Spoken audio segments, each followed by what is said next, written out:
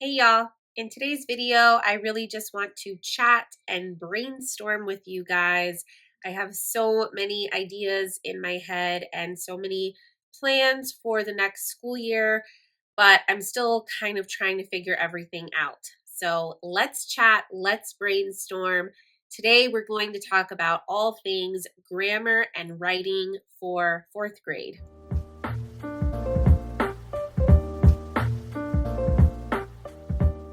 Welcome back to the channel. If you're new here, my name is Kaela. I'm a second generation homeschool mom to 3 girls.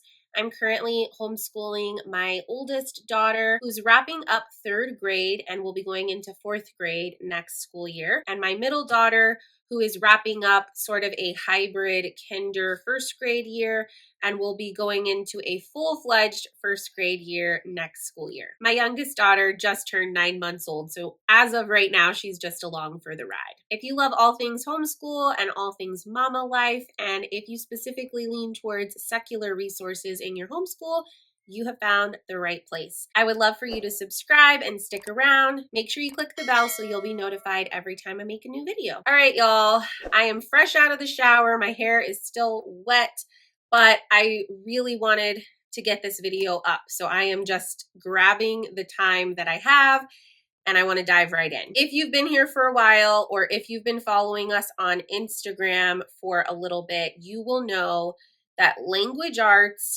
for the entire duration of our formal academic homeschool years, has been the thorn in my side. And the reason being is that there's just so many moving parts to language arts. You need to teach your child how to read. That's a huge undertaking that takes a long time and a lot of investment. But then you're far from done because you need to practice spelling skills and handwriting skills, reading comprehension, vocabulary, and of course, writing. Not handwriting, but actual composition. Personally, I love to write. I've always felt very comfortable in my writing skills. I'm not like an English professor by any means, so I'm definitely not trying to say that I'm a gifted writer. But writing has always been something I've enjoyed, and it's never felt extremely difficult for me. Looking back on my own homeschooled education, I remember using a lot of just generic language arts workbooks, so I'm sure that all of those basic things were covered in those workbooks. And then I definitely remember in my high school years, that was my first time actually being asked to diagram sentences, and I gotta be honest, I sort of hated it. However, also during my high school years and the small amount of college that I did, I loved anytime I was given a writing assignment. So all that being said, when it came time to teach my own children how to write, I felt pretty confident. I mean, you just sort of do it, right? I was definitely surprised when we first started trying out writing assignments with my oldest daughter around her 1st grade year, and she would look at me like a deer in headlights. A lot of the curricula that I was using at that time was calling for oral narration. So we'd read stories together, and the assignment was generally for my daughter to just retell what she had heard in the story or retell what we had learned in our science lesson or what have you. And I remember just being very surprised that she had a lot of trouble with just oral narration. At this point in time, I was not even asking her to put a pencil to paper, but just putting her thoughts and ideas into sort of coherent sentences was a challenge for her. This was surprising to me because she's a talker and she never seemed to have any trouble expressing herself verbally. But what I've learned over the years is that putting information into words that you have processed and recently learned is a lot different than just expressing yourself verbally in day-to-day conversation. So over the duration of her 1st and 2nd grade years, we really struggled and stumbled.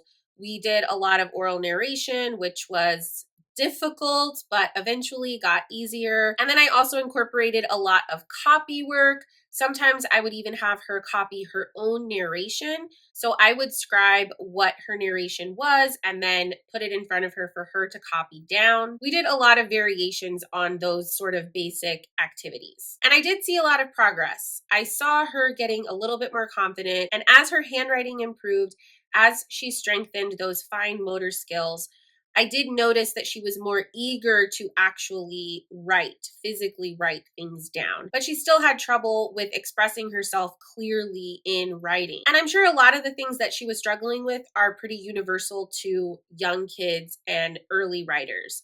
Things like run on sentences or going off on tangents that don't really make a lot of sense. I was really trying to figure out what was our plan. I knew that she needed some more formal, explicit grammar instruction, but I wasn't sure how much. Did we need a whole separate program for that? I knew that she definitely needed some more explicit instruction with writing, forming clear, concise sentences, forming paragraphs. These were definitely skills that eluded her. They weren't something that came naturally to her. And even though I felt very comfortable and confident in my skills in those areas, I wasn't really sure how to teach her to do those things. So this led us to try a lot of different things. We tried out Michael Clay Thompson. I really thought she would like it, and she hated it. We tried Brave Writer. I felt like Brave Writer was a little bit too loose. It didn't seem to actually be teaching her how to write, and I didn't see a clear scope and sequence that I really wanted to see. I tried a couple of workbooks from Evan Moore because I felt like at least that would be more explicit. Workbooks give you clear instructions. They usually have a clear scope and sequence. And I really like most of the products that we've tried from Evan Moore. I noticed that her reading comprehension skills and her grasp of how grammar is supposed to work in a written sentence or paragraph, she was able to really improve those skills just by using a couple of workbooks. So that was great. And she was able to do the worksheets and get all of the answers right. But when I would give her a writing assignment, in hopes that she was able to use those worksheet skills that she just learned in real life practice, again, I didn't really see that she was able to transfer those skills easily and readily. So I went to YouTube and I went to Teachers Pay Teachers, and we watched videos together on what makes a sentence, what makes a paragraph. I printed a lot of inexpensive resources for us to go over together.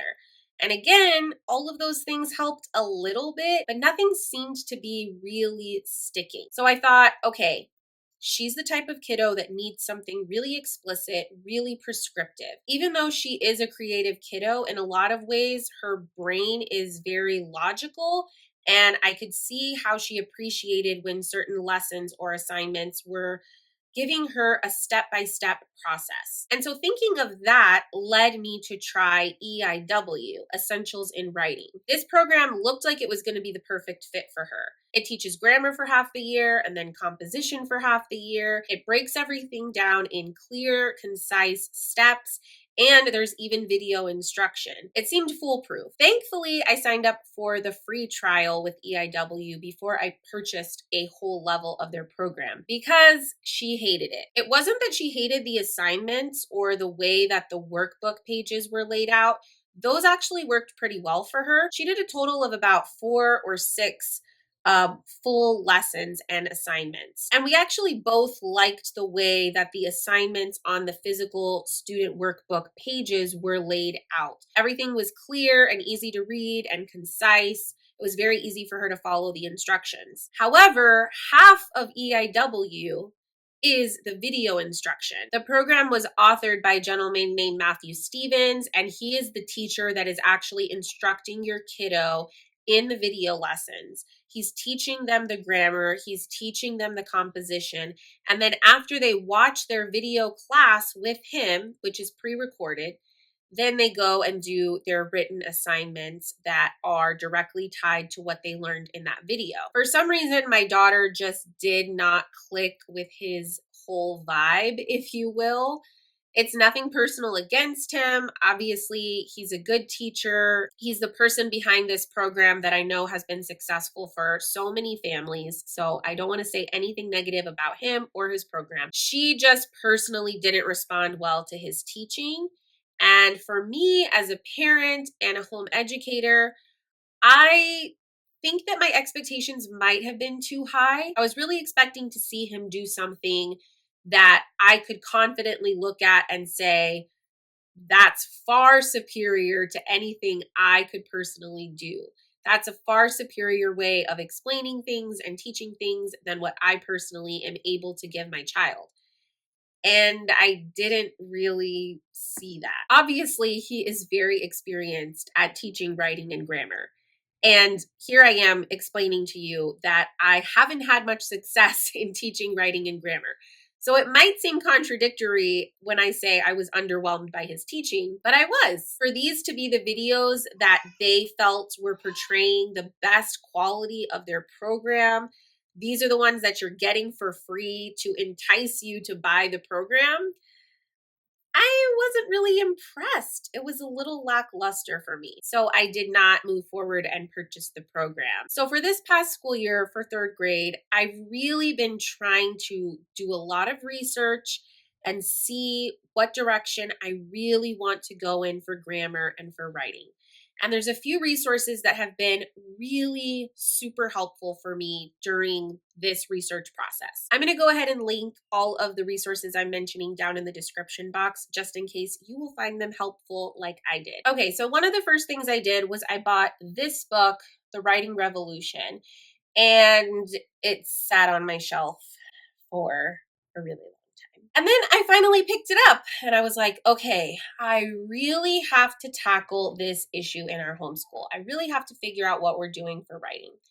And I read the first few chapters and I fell in love. Everything in here, I was like, yes, yes, amen. This makes sense. This is clicking with me. I get it. Except, how the heck do I implement this in our homeschool? This is not a curriculum. It doesn't have a lesson plan. It has some examples for activities, but it can be really difficult to take that information and then translate it to apply it to what we're learning in our homeschool. One of the key components that really stands out from the writing revolution, and also the more that I researched writing instruction in general, is that writing activities should really be spread out across all subjects. The research does not really support teaching grammar in isolation, and it does not support teaching writing in isolation by itself as its own subject. It's so much easier for kiddos to grasp these concepts and to really be able to retain them and then apply them if they're practicing those concepts and learning those concepts across every school subject. So you would want to do really good writing assignments in your science, in your music, in your history. The research tells us that we should be incorporating writing assignments in those content areas. So that was a key that really clicked with me. I was like, I want to do that. That is the vision that I have for our homeschool. I really want to incorporate writing across the board. I want us to write about the things that we are actually learning about and enjoying right then in that moment in our homeschool. But how the heck do I do that? Because I don't have experience in creating curricula or coming up with my own writing assignments. So that is where I got kind of stuck with the writing revolution. And then I started paying a lot more attention to somebody who was incredibly helpful. Sarah from Homespun Childhood.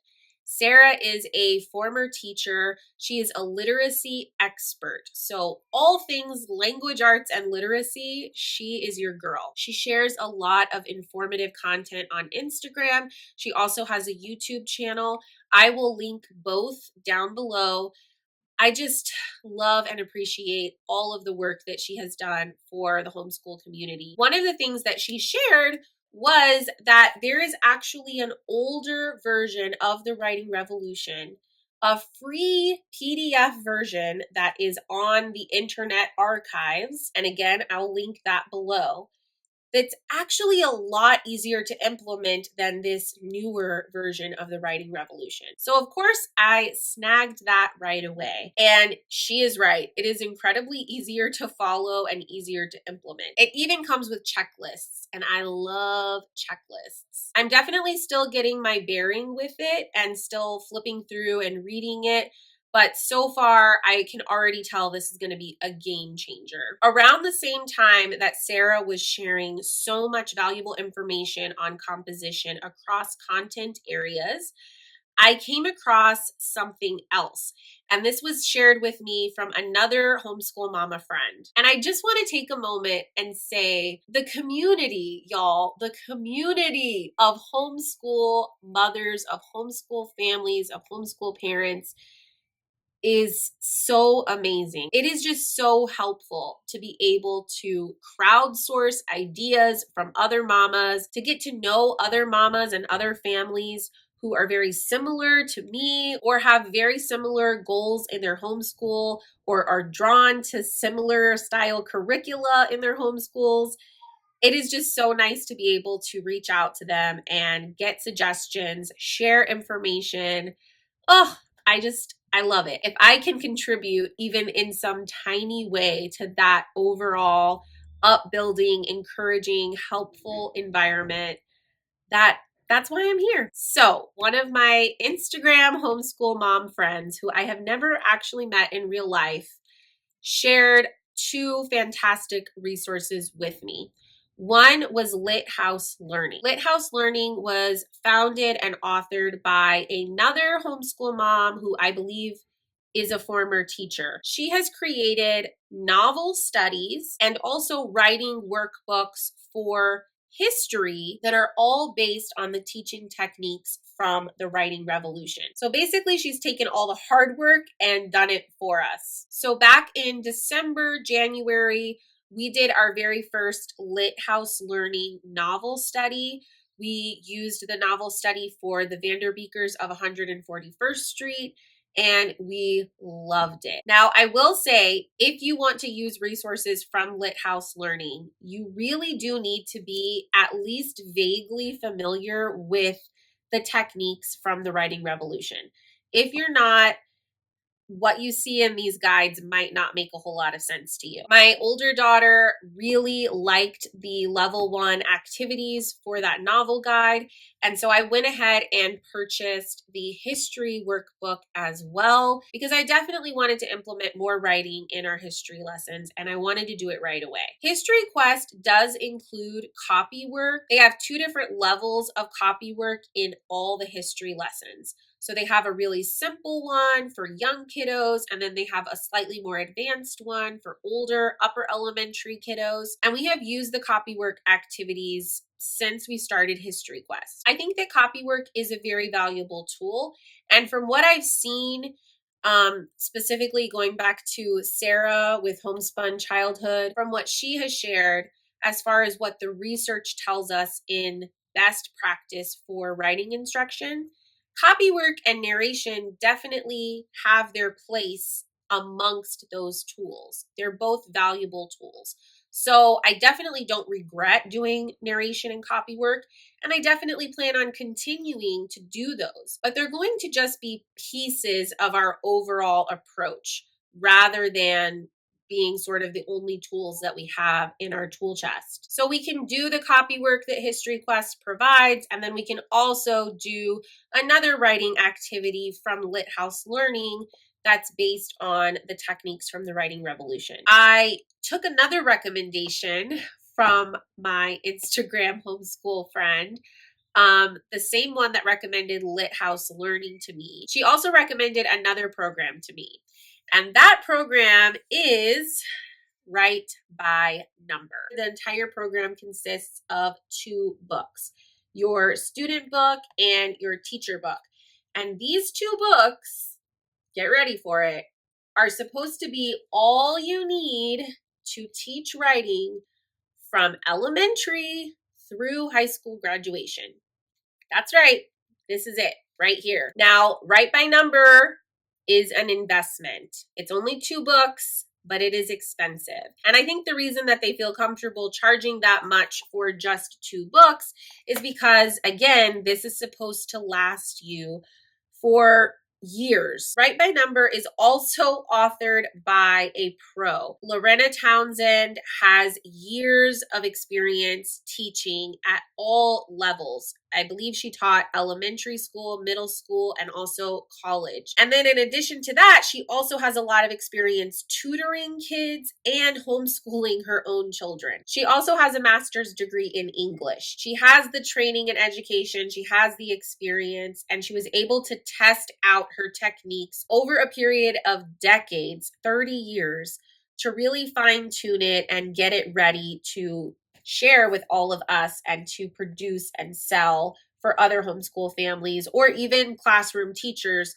to use and implement with their kiddos. Now, interestingly enough, the author of Write by Number and the authors of The Writing Revolution, their techniques are different, for sure, very different, but they actually agree on a lot of things. They agree that your writing should be daily and across content areas. They agree that grammar instruction does not need to be its own separate prescriptive thing, that really your kids should learn grammar as they come across grammar and practice correct grammar in their writing assignments. And all of that is really supported by best practice research as well. This was great news for me because as a student and as an instructor, I have really never liked prescriptive grammar lessons. I have never really seen the point in them. I feel like they are drudgery, and honestly, I feel like they kill the joy of reading and writing. So the idea that we can approach grammar not as its own separate school subject, but really as something that is fully incorporated into all of our other subjects through our writing assignments, this was music to my ears. So what does all of this mean? What am I doing for writing and grammar? Well, as of right now, I feel like going into fourth grade, we are going to rely heavily on Write by Number and the Writing Revolution. But when I say we're relying heavily on the Writing Revolution, I don't mean this physical book itself. I mean the PDF version of the book and also resources that have already done the implementation for me, like Lighthouse Learning. So with Write by Number, I can definitely teach it myself. We've actually already started using this. It's still fresh, so I am not ready to do a full review for you guys yet. I will gladly do a flip through for you and sort of a first look, first impression video if that's something that you're interested in. But so far, I'm just really, really excited about this. Yes, it was expensive. It was an investment, but so far from what I'm seeing, I really do feel like it was worth it. I'm already able to use this with both of my daughters. So my third grader that's about to wrap up and go into fourth grade, and my younger daughter that is about to start a full-fledged first grade year, they can both use this, which is amazing. I don't need two separate writing curricula or two separate grammar programs. Now, the Lighthouse Learning guides that are based on the Writing Revolution, they are really geared more only to my older daughter. I don't think that my younger daughter is ready to start the level 1 assignment just yet, which is fine. She will get there. Probably by second grade or third grade, she will get there. I will be using Lighthouse Learning for our literature. And again, if you guys want a flip through of the lit guides, the novel studies, let me know. That's definitely something on the docket that I was thinking about doing for y'all. So comment down below if you want to watch that. We really like the novel study guides. The author behind Lighthouse Learning suggests doing 8 or 12 novel studies per year. I am just not a great read aloud mom. I really struggle with it. It's challenging for me. It's difficult for me. It takes a lot of brain power. It takes a lot of time, and it's just not something that I always want to do. I kind of have to force myself to do it. We also do so much reading aloud across subjects. I'm reading aloud to my kids for our history quest lessons. I read to them for our music study. I read to them for science. Like, I read and read and read and read. And I get tired of it. My voice starts to hurt. My brain starts to get foggy. So I'm definitely aware of my limitations, and I know that I cannot commit to doing 8 to 12 read aloud chapter books for the school year.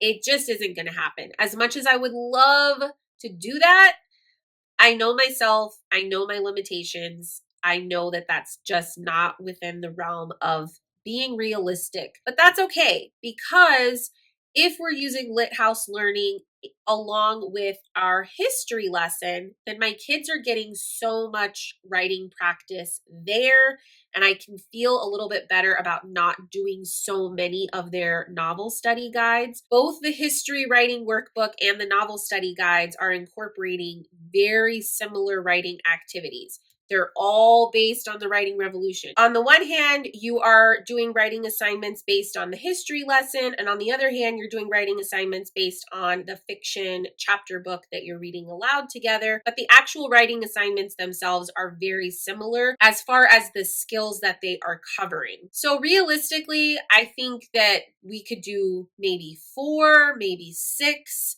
chapter books with the novel study guides from Lighthouse Learning for the whole school year. I feel like that's more realistic and attainable. And so that is what I am looking to do. Now, does that mean we're only going to read 4 to 6 chapter books for the school year? I don't know. I know that Lighthouse Learning is relatively new, so their library of novel studies that are available is going to be growing all the time and expanding all the time. But as of right now, there's a lot of books that my kids want us to read aloud that they might not have study guides for just yet. And that's okay, because I also want to be able to do read alouds just for the sake of doing a read aloud. I don't want to make every chapter book that we read together have heavy writing assignments incorporated with it, because I don't want our reading together to become drudgery or boring either. So I feel like the best way to balance that is we keep doing the writing assignments with our history lessons. Those will be consistent throughout the year. And then we throw in a few occasional novel studies that will also have the writing assignments. And I'm thinking that when we're doing a novel study, we might cut back on the writing that we're doing in history if it feels like it's just too much writing. I definitely want to follow the lead of my kids. I want to challenge them, but I don't want to overwhelm them. Okay, so that covers literature and history, but I want writing to be across the board, across our subjects. So when it comes to our other content area subjects, I will do one of two things. We will either take the writing assignment from whatever stage we are working on in Write by Number, and I can apply that to what we're learning in science or our composer study or whatever, right? That's option 1. Option 2 is for me to come up with a writing assignment based on the writing revolution and tie that in with whatever we're learning in that content area. Right now, my plan is to sort of balance the two. So the Write by Number curricula and the writing revolution techniques guide, both of those things are going to be implemented in one way or another, in some shape or form, across all of our school subjects, across all of our content areas in our homeschool. Oh, I know this feels like a lot. And if you're listening to this and you're feeling like overwhelmed or confused, I'm so sorry. Thank you for hanging in there with me, because I know it's a lot. Like, none of this is going to work for the family that needs the open and go writing grammar curricula. None of this is going to work for the family that needs to just like hand your child a workbook or something that they can do completely independently. This stuff is going to take some planning and some prep and some study on my part. But I'm ready to do that. I'm ready to put in the work because A, I think it's worth it. B, because I really do feel convinced by the research that I've seen that these methods and techniques are best practice and that they're really going to work and pay off in the long run. And C, because I genuinely believe that this is going to work best for my particular kid. I've already seen a huge change in her. She has gone from being a very reluctant writer to being so much more confident. Within the past few months, she's also started to journal on her own. She's started to do a lot more creative writing. So writing's actually becoming something that's fun and a hobby for her. in addition to the academic writing that we do in our homeschool. All of that tells me that I am on the right track.